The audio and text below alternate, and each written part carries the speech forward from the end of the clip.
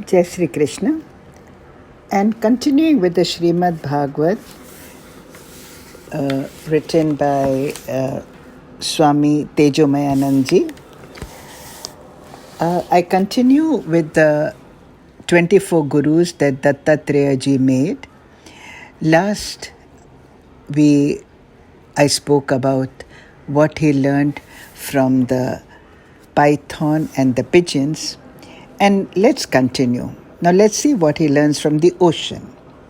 And I continue reading from page 923. From the ocean, I learned the value of depth, said Dattatreya ji. About Bhagwan Sri Ramachandra ji, it is said, Samudra eva gambhirye, he was deep like the ocean. Countless rivers eventually merge into the ocean, but there is no resulting overflow in the ocean. Not only this, even when rivers dry up and their waters lessen, there is no effect to the ocean. The ocean remains without modification, ever undisturbed. His existence is independent of the waters of the ocean. The ocean is replete in itself, whereas river waters become vast only after merging into the oceans, after becoming one with it. Lord Yamraja had tried to tempt the brilliant spiritual child seeker Nachiketa with countless riches and powers, with name and fame, in order to test his determination. Nachiketa refused all temptations and remained firm on the spiritual quest. You have to learn, this is Shakun speaking, you would have to learn about Nachiketa and Lord Yamraj. And if you don't know much about it, I suggest you Google it. You will get a quick summary of what it is about. Comes in the scriptures. And I continue reading. Nachiketa refused all temptations and remained firm on the spiritual conquest. On this topic, the renowned Vedantin Adi Shankaracharya ji wrote, Nachiketa remained unperturbed, like the vast pools and rivers, like the infinite ocean. And this commentary is in the Katha Upanishad. This kind of oceanic depth should become our nature. At present, the waters of our minds are constantly chaotic and turbulent, while the ocean's surface always has various kinds of waves. The depths are always innately calm. In the same way, it should not make any difference to a spiritual seeker whether or not he gets enjoyment in life. When a seeker lives like this, he comes to know that all enjoyments are illumined by the self and ultimately dissolve in the self. Such profound teachings are given here in a remarkable and unique way. When Tejomayanandji says here, obviously he means in the Srimad Bhagavad. See, a lot of people think that the Srimad Bhagavad is only full of stories. Yes, it is. But these stories have so much resemblance to our life and so much teaching that it resonates with us. You may have heard about Ved Vyas, who is also the author of so many great scriptures like the Mahabharata, and so many other major scriptures. And yet, after writing all these scriptures, he did not feel peace. He did not feel peaceful. So, Narad Muni came to him, and this is Shakun speaking. Narad Muni came to him and he said, why are you still not at peace? You've written such great epics and scriptures. And Ved Vyasji said, I don't know. I'm still not at peace. So Naradji said, you have to write the Srimad Bhagavad. When you write the Srimad Bhagavad, then you will feel peace eventually. And that is what he did. He wrote the Srimad Bhagavad, and after that, it is actually bhakti and gyan. When you do bhakti and gyan, then only will you feel fulfilled. Jai Sri Krishna. And now let us see what Dattatreya learned from a moth. Dattatreya ji said, from the moth I learned to not be attached to the physical form.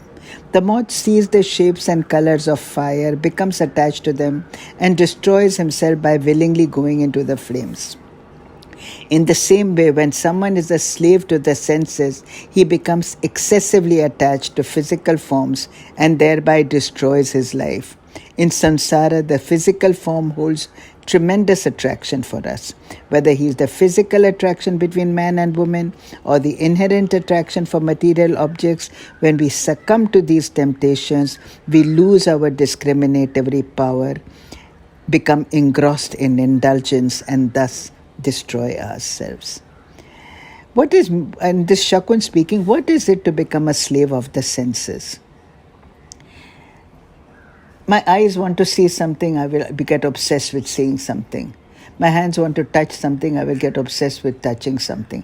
My ears want to hear something, I'll get obsessed with my ears, and I'll do anything to achieve it.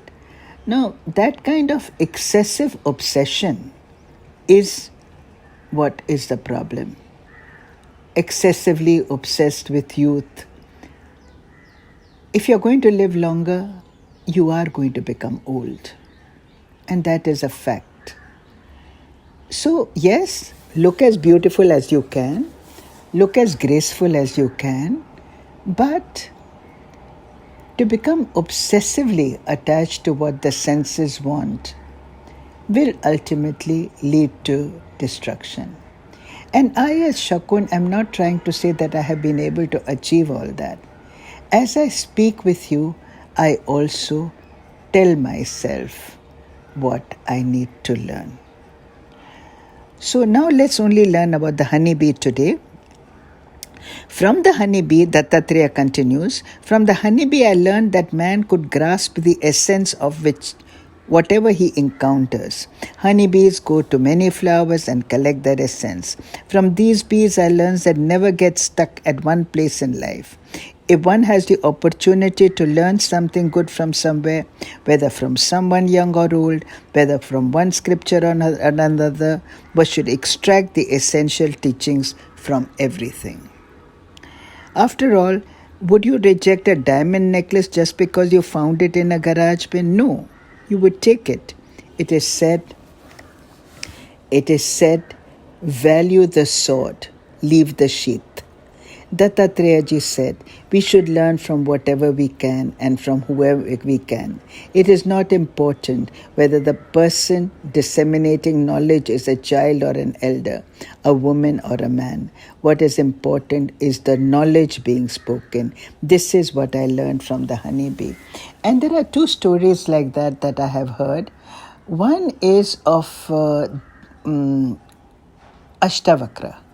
Ashtavakra was a great Jnani, but yet he's called Ashtavakra because he was deformed.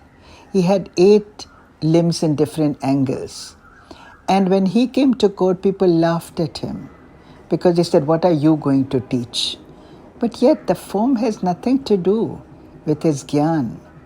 And another was Hanuman. I think when he went to Ravan's court, Ravan laughed at him. But is there someone greater Jnani or Bhakta than Hanuman? You think about it. And until next time, you take care and God bless.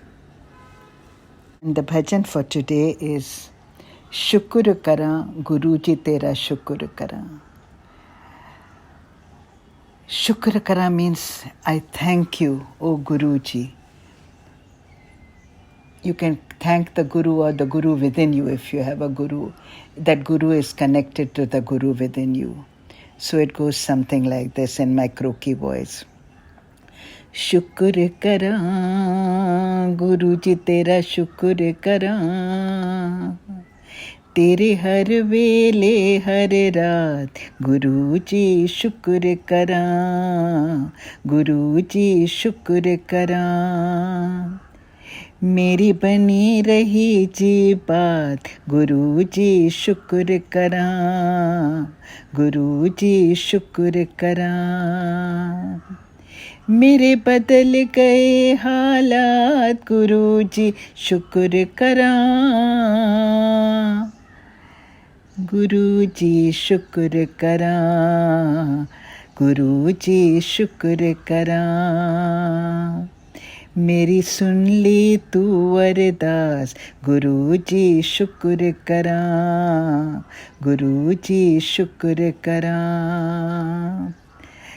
सरताजों के सरताज गुरु जी शुक्र करा, गुरु जी शुक्र करा। Cut गई अंधेरी रात गुरु जी शुक्र करा, हुई अमृत की बरसात गुरु जी शुक्र करा, गुरु जी शुक्र करा। So he says मेरे बदल गए हालात गुरु जी शुक्र करा. Now I moved to another, my situation has changed, and obviously because he's thanking, he means it has changed for the better. And then he says then she says मेरी सुन ली तू अरदास, you listen to my prayer गुरु जी शुक्र करा। सरताजों के सरताज गुरु जी शुक्र करा, you are the king of kings। Cut गई अंधेरी रात, my dark night has passed गुरु जी शुक्र करा, and हुई अमृत की बरसात गुरु जी शुक्र करा।